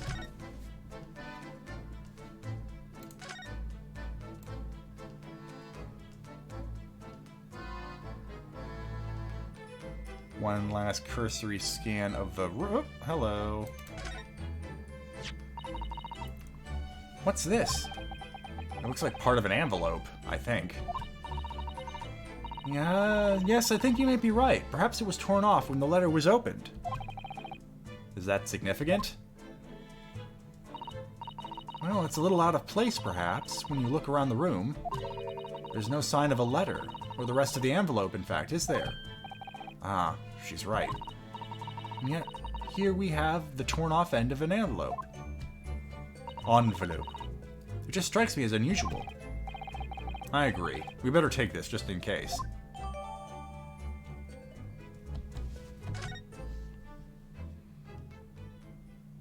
I guess we're done here. Ooh, who could this be? Is it Sholmes? Is it Garadeb? Let's go with Garadeb. If only so I can bring in the moon accent. Looks like you're having a good snoop around, eh? Nope. Wrong. I was so hopeful. But it's just no chin, Gregson. Inspector Gregson, back so soon? After I threw that little Japanese fella in the clink, I went and reported this to the investigation division. In 5 minutes' time, this place will be cordoned off by the yard. Oh, I see. Well, we better be leaving then. Poor Mr. Natsume must be feeling very low being back in a cell again so soon. What the fuck?! I'm sure we should probably go and...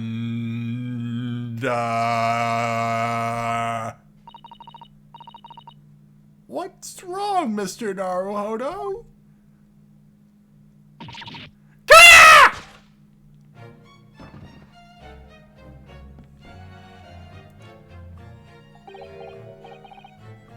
Out, out, brief candle, life's but a walking shadow, a poor player. That struts and frets his hour upon the stage, and then is heard no more.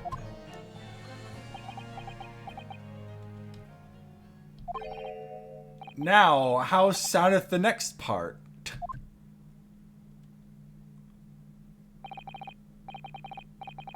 It is a tale told by an idiot full of sound and fury, signifying nothing.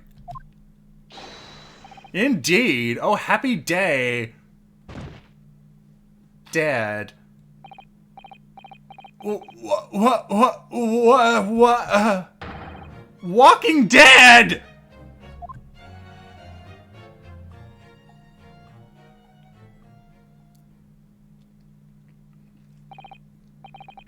The fella isn't dead at all? What was that nonsense he was saying, though? I think, yes, it's from William Shakespeare's Macbeth. A soliloquy from Act 5, Scene 5. Shakespeare?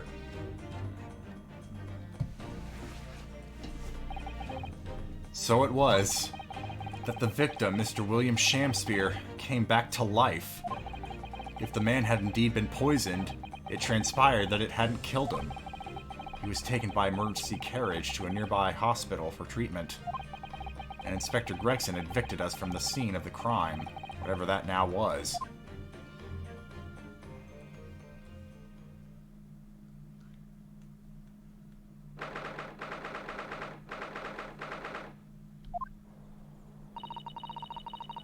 Whatever do you think will happen now? Good question. What a strange situation for Mr. Natsume. Arrested for murder, but then the victim comes back to life. I think perhaps the victim was never dead in the first place. It seems very likely that Mr. Shakespeare did consume poison, as we deduced. But was it an accident, attempted suicide, or attempted murder? Until the truth can be established, I imagine the police will keep Mr. Natsume in custody. I suppose so. Let's hope it doesn't come to anything more than a night in the cells. Oh, what's this? It's a fucking voyeur. Voyeur. What's that man doing over there? It looks like he's trying to see into Soseki-san's lodgings. Is something wrong, Mr. Naruhodo? Excuse me, could we have a word? The way his mouth hang open. It's just JoJo. He just pulled a JoJo pose and bamped out.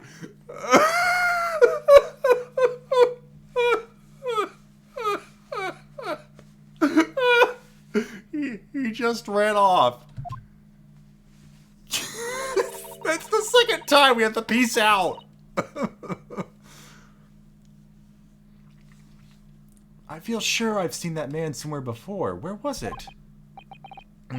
I do too, but I don't remember. He was arguing with Sham Spear.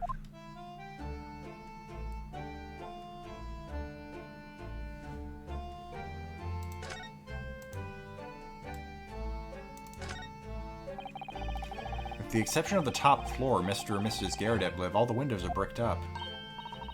Yeah, the frickin' window taps. I'm talking about what's on the ledge. It's not the Capitol building, it's the Bailey.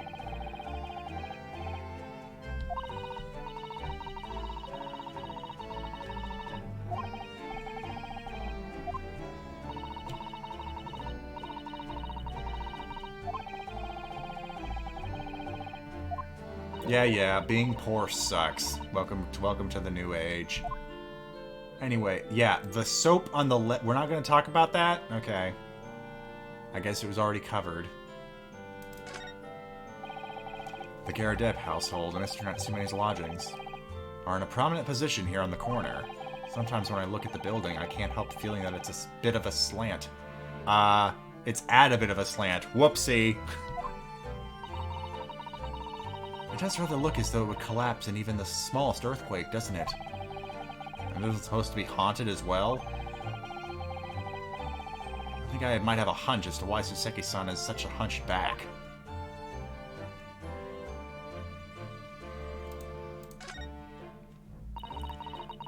There always seems to be a bicycle outside the Garrett residence.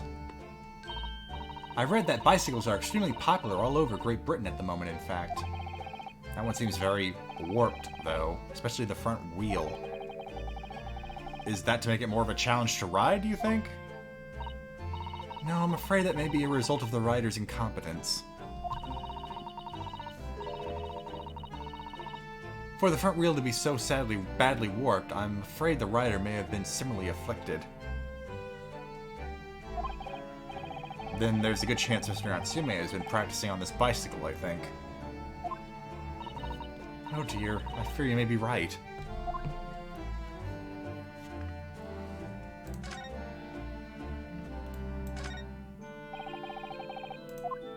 Wait, but this was a crime scene, all of the...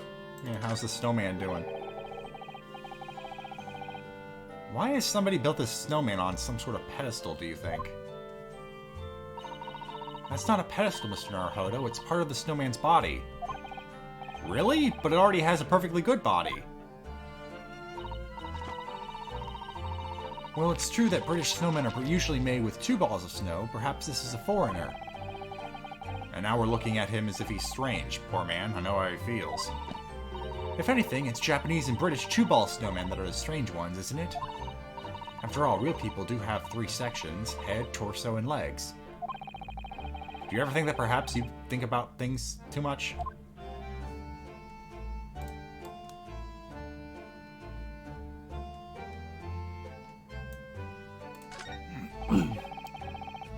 London's blanketed in fog again today, and the sky is covered in cloud. But if you look carefully in the distance, you can just make out the Crystal Tower being built. Not from this angle! Ah, the Crystal Tower. Yes, the centerpiece of the great exhibition that's to open in 6 months' time. What a coinky-dink!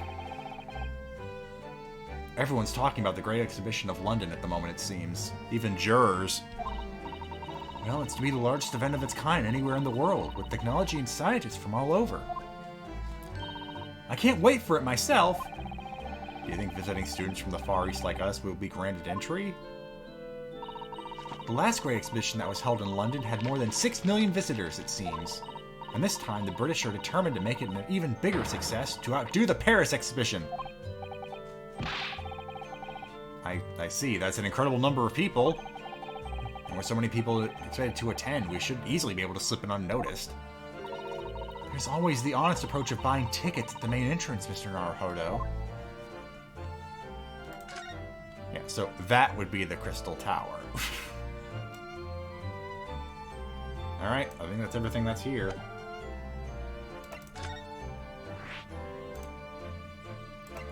We never got to talk to Garrideb, so let's go ahead and head up there.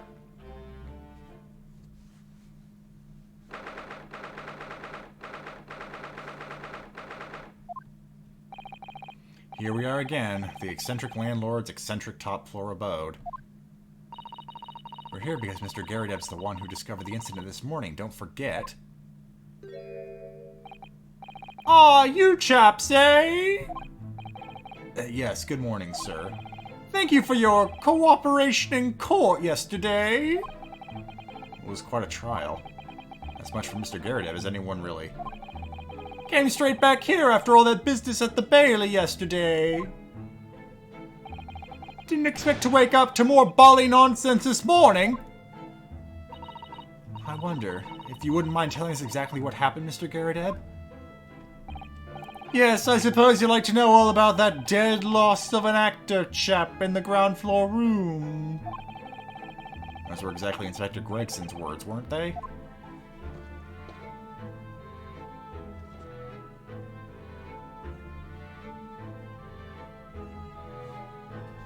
Yeah, can you just move aside here? I'm gonna go do some examining. We know what that screen is hiding now. The aftermath of the fiery altercation the other day. Don't suppose I'll be able to clear that mess up for some time now. Oh dear, this must be a very difficult situation for you. I'll say. People talk about twists of fate and whatnot. But this is a twist and a half! Rotten show all around! He's clearly struggling with everything that's happened. Alright, I'm bored. Wait, hold on, these books. Oh, a copy of Rant's magazine. The Adventures of Herlock Sholmes is being read all over London. Isn't it wonderful? Naturally, one asks oneself if such a singular detective could really exist. But having met the chap, it's undeniable. He's most certainly singular. Singularly dangerous. Moon. That's genuine public opinion for you, Miss Susato. Perhaps it should be reflected in the stories? Make no mistake, Mr. Naruhodo, I intend to snuff out the sort of public opinion we just heard personally. I'm starting to see where Mr. Sholmes' untainted reputation comes from now.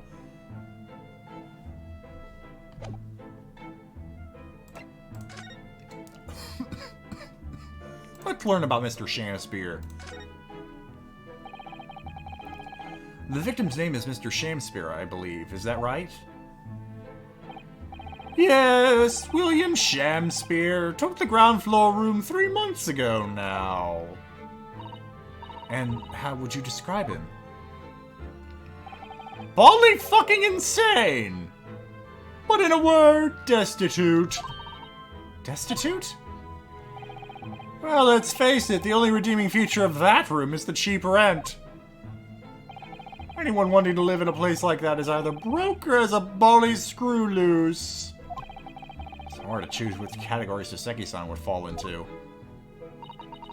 Mr. Naruhodo, that's a little rude. He was doing research as well. Research into what? Shakespeare, of course, Shakespeare! Read a few plays of the old bard myself, you know. Romeo and Hamlet and all that. Yes, William Shakespeare is England's most highly regarded classical playwright and author. He's known as Sao in Japanese, as you know. As I know? Okay. And many of his works have already been translated. It seems incredible that Shakespeare was sorting to Sao, though. Someone was a little too heavy-handed there. There were a lot of costumes in the victim's room, actually, weren't there? Of course, Mr. Natsume is a scholar of English literature as well. I imagine he and Mr. Shamspear would have much in common. He's known as Sword Art Online. Shakespeare interpretation disagreement leads to shocking murder. Let's hope it's not that. Mr. Naruhodo, really? How rude. Okay, so this is all internal thoughts. I know we've already said that Rynuosuke is easily read, But to take that kind of detail, I feel like that wasn't intended to be internal dialogue.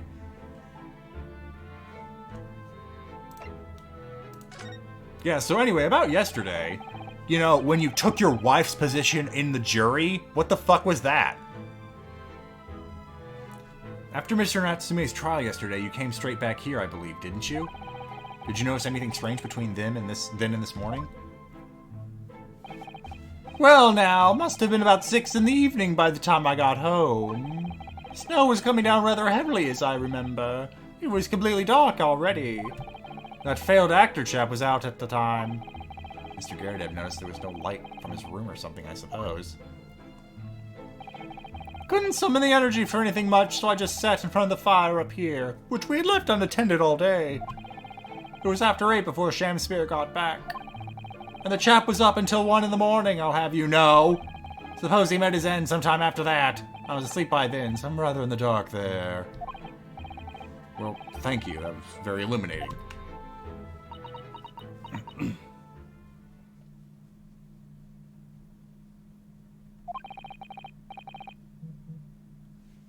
Is everything all right, Mr. Zato? Well, I was just thinking it's a little strange. That's all.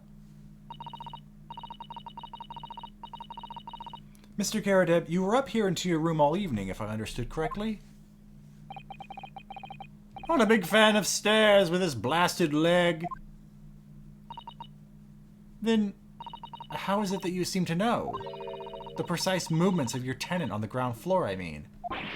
Stop! That's a very good point.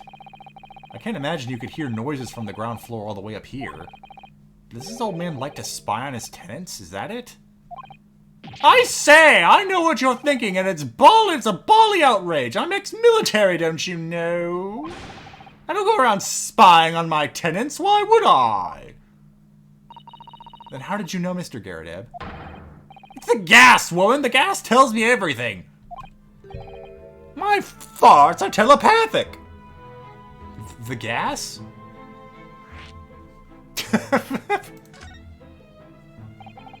What on earth do you mean, sir? How can the gas tell you anything, let alone everything? Well, as you're probably aware, the gas is applied to the building by pipes. Yes, I'd more or less worked that out.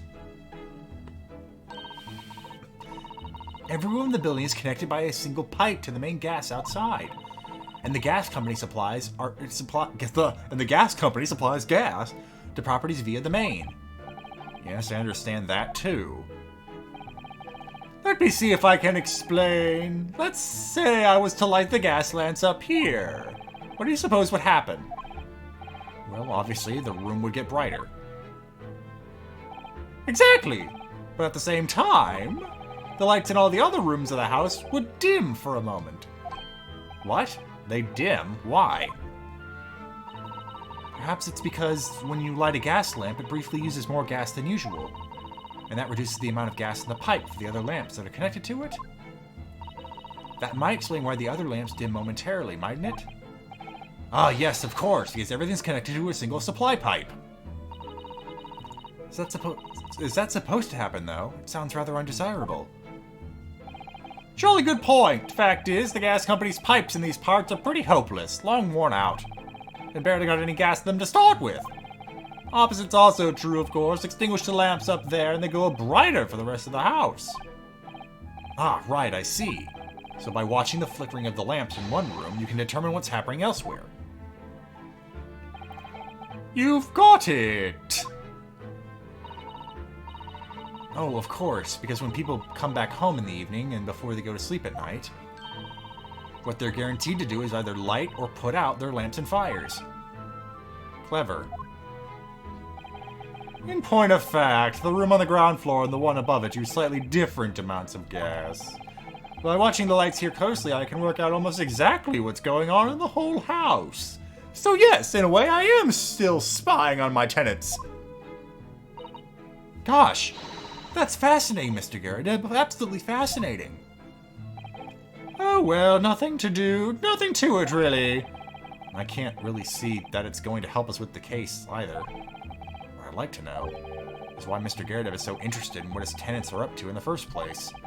I feel like there's more to it than just idle curiosity.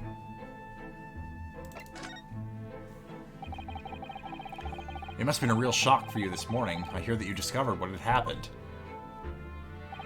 Oh, well, that hopeless actor chap rises at 5 o'clock sharp every morning without fail. But at 5:30 this morning, he still hadn't lit the gas. So I went down and knocked on his door, but no bally answer. And that's when you broke into his room by kicking down the door? Well, I called on that rum-looking Japanese chap to do the grunt work, of course. That's all they're good for. Wasn't it a little premature to kick the door down? The man could have just overslept by half an hour. That's very true, Mr. Naruhodo. If 30 minutes oversleeping warranted such behavior, I'd have to kick your door down every morning. Well, you know, better be safe than sorry and all that. Is it just me, or is he avoiding our gaze now all of a sudden?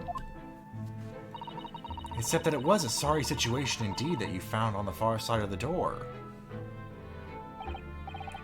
Well, we've done as much investigating here as we can, I think. Perhaps we ought to go to the prison and speak with Mr. Natsume again. A good idea. Well, good luck with all that. Hope your wife doesn't die. Bye. Nope, wait, that's the wrong button.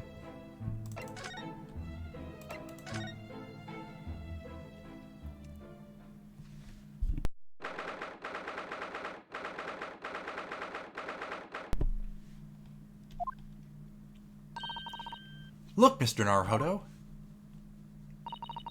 Mr. Natsume, have the police finished questioning you now? Locum student, Mr. Naruhodo Esquire! Oh, yes? Well, what is he? Tell me! Is he a ghost? Is he here to haunt me? Let me guess, you're talking about Mr. Sholmes? He actually calls himself a great detective, Mr. Natsume, not a ghost. But his diabolic deductions, they're not of this world. They've left me. Ah, cursed! I'm cursed, tell you. Well, that sort of hurts. Credit where credit is due, Mr. Naruhodo. You were heavily involved in the deduction, too. Yes, moving on. We have some wonderful news. Oh! The victim of that we all thought was dead has come back to life again. Now, in the absolutely worst case, you can only be tried for attempted murder.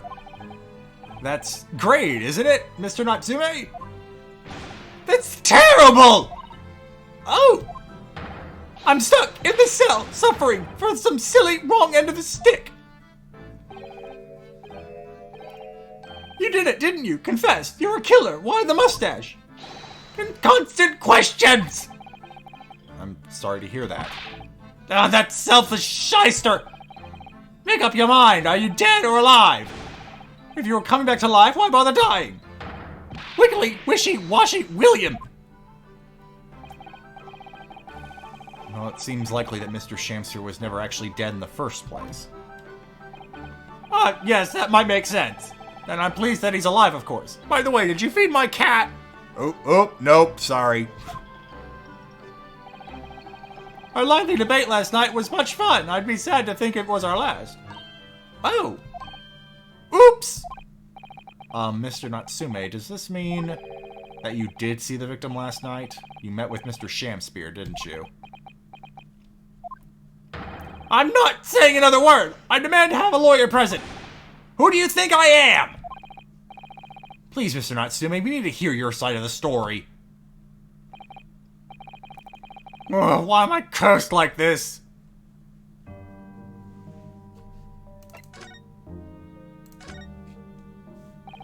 Can you tell us what exactly happened last night then, Mr. Natsume? There's nothing to tell! But, Mr. Naruhodo Esquire, I'm eternally grateful to you for helping me with that accursed case yesterday. A case that saw Miss Green hospitalized after she ended up with a knife in her back. It's hard to believe that was only yesterday. After the trial was over, I trudged my weary way back to my lonely lodgings. That evening at past 9, it must have been, I visited Mr. Shamspear. So you did go to the victim's room then? As we feared. I didn't do anything wrong! I'd never been to his room before. It was the first time. Then what made you decide to go? I bumped into him when I arrived back at the house. We got chatting and it developed into a discussion. But he had to go out, so I bade him farewell. That ties with what Mr. Garadeb said. The victim went out and came back after 8. We met again after that evening, at around 9 or just after, when I took him for some nice, some nice tea I brewed as a gift. So it was you who brought the tea that had been clearly been drunk at that scene, then? And I suppose you were discussing the works of Shakespeare, were you? Yes, that's right. That's exactly right. Romeo and Juliet! Who was stronger? Who was the stronger? It was a delightful debate. I'm sure.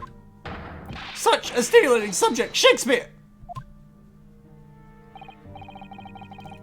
And the debate became very heated, so you slipped poison into Mr. Shakespeare's tea? No, never! Not at all! Team Juliet won, that was me! And when I left his room, the flamboyant fellow was fighting fit, I swear it, categorically.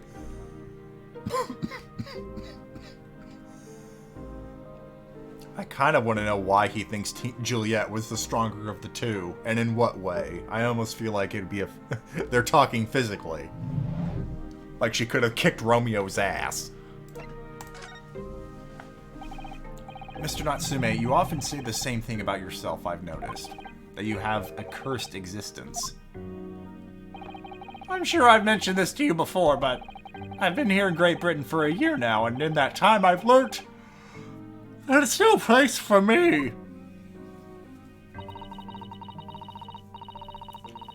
It can be very trying to live in a foreign land and adapt to the ways of another culture. There are foreigners everywhere I look, and they all stare at me, they all laugh. That's the impression I get whenever I go out. It makes me scared to leave my room. Which is why I've become a recluse. Even in my room, I find no respite from my fears. I've moved more times than I can remember, and then 1 week ago I moved into Briar Road. But why? I mean, why did you choose that place? It doesn't seem very comfortable. Because the rent is cheap. I have so little money, it spoke to me. Yeah, could Juliet beat Goku? Mention that in the comments, along with what you think the British way of saying goodbye to the departed is. The rent? Obviously, there's a reason why it's cheap, because the room is cursed. Cursed? Cursed how? The previous occupant, the man who lived there before I took the room, died there. Oh no! He was only a young man, but one morning he was found dead and no one could explain why. Surely no one would want to live in a room with a history like that. I didn't. When the letting agent recommended the place, I wavered. But I want books, and books cost money, and a horrible history is a small price to pay. When I realized it would mean I would buy more books, I signed the lease like lightning. Brave or blinkered? But after I moved in, I soon came to realize what I'd done. I realized how horrible the room's history really was. Gosh, was it really so awful?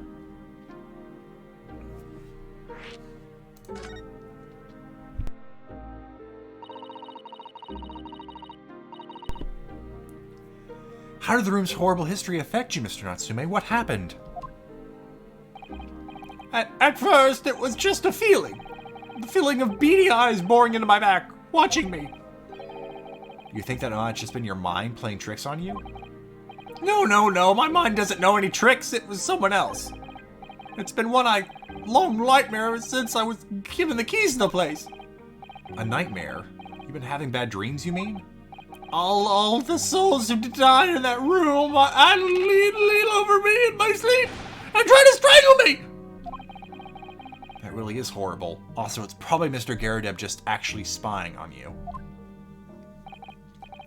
And now I come to think of it, it happened again last night, too. The very same night that Mr. Shakespeare was writhing in agony from poison in his body, I was on the verge of being suffocated silently by those miserable spirits in my room. You simply must move out of that room as soon as possible. Yes, you're right, I know it. That's why I told you last time I was going back to Japan, but god damn it, can't have one night of peace. I'm already searching for the next room with history to call home. I think perhaps you should try to avoid accommodation with any kind of history at all. Otherwise, I'm scared that you yourself may become history. Ah! Woo, Suzawa knows how to make a man listen.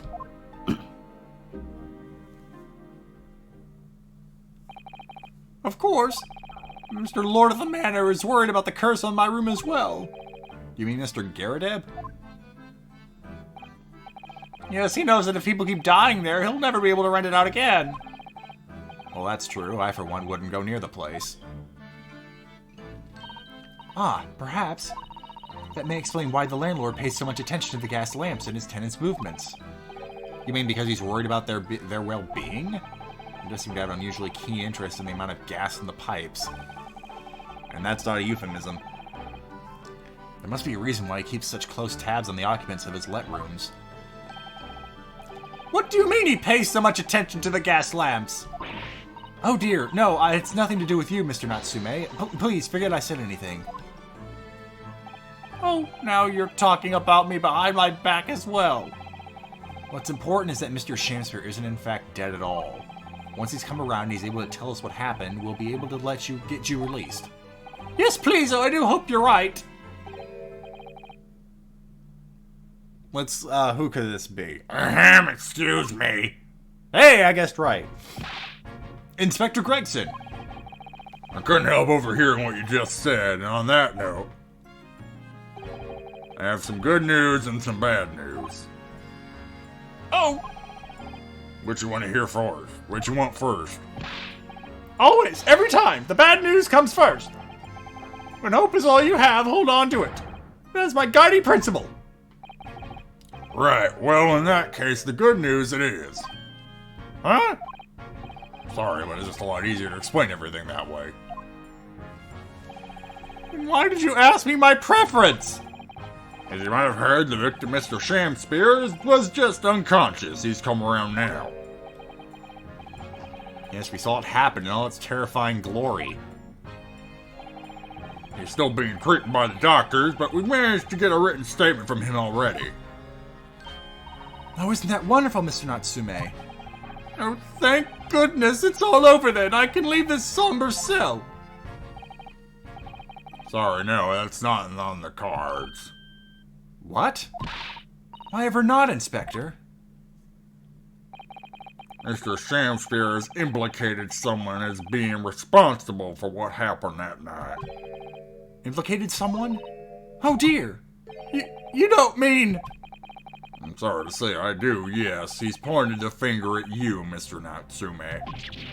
Gah! He's really mad about something he calls Juliet couldn't get her way out of a paper bag. By sweet poison did he seeketh to end my life. That wicked scantliff Soseki Natsume. No! So I'm afraid you'll be appearing in court as planned. You'll be one to make the necessary preparations. No!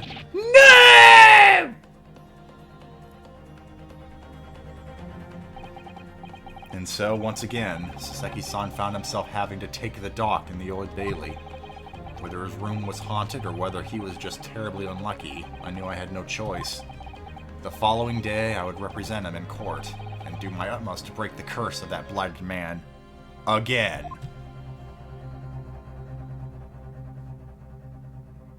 Hey, is this a to be continued? Perfect timing! Good job, game. You kept it snappy. Yes, please do. Save it right here.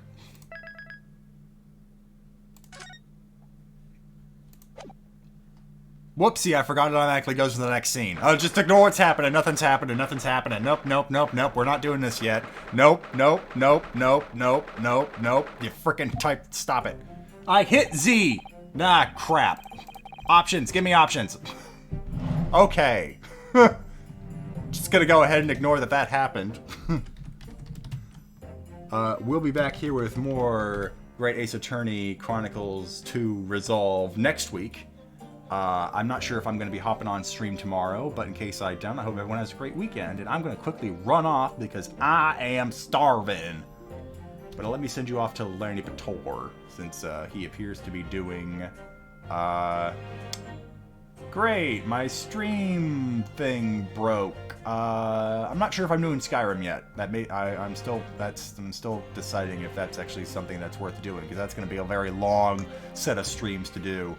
But I can't send you guys over to Rynuosuke because my thing has not fixed. And nope, I don't want to look at the gift subs. I'm trying to send you guys over to a raid. Crap.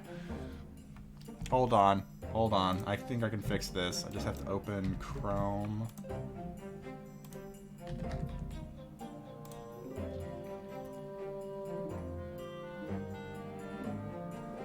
Oh, I can't do it here either. Come on.